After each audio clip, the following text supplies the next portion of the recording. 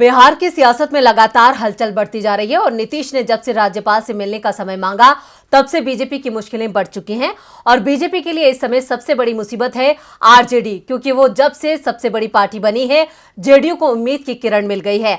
ऐसे में कयास यह है कि अब बीजेपी ने आरजेडी में भी सेंधमारी की कोशिश शुरू कर दी है। बिहार की सियासत में वैसे तो हमेशा ही हलचल मची रहती है, लेकिन अभी जो हुआ है उसने सभी दलों की धड़कनें बढ़ा दी हैं। इतना ही नहीं, कयास ये भी हैं कि बिहार की सियासत में कोई बड़ा फेरबदल हो सकता है और एनडीए में टूट हो सकती है। हालांकि ये अटकलें तब से ही लगना शुरू हो गई हैं जब से नीतीश और तेजस्वी के बीच नजदीकियां बढ़ी हैं, जिसके बाद से ही बीजेपी बेचैन है और लगातार जेडीयू को कमजोर करने की जुगत में लगी हुई है।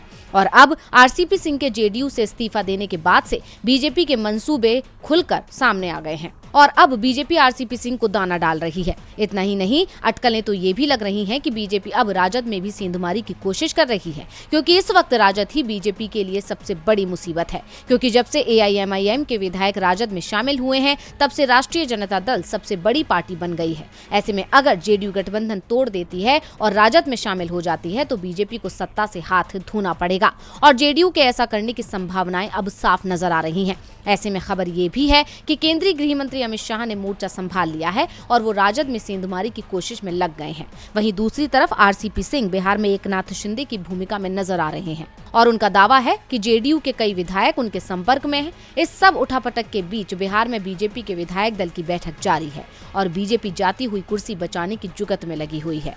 यानी अटकलें तो कई हैं, लेकिन क्या होगा इसके बारे में अभी कुछ भी कह पाना मुश्किल है।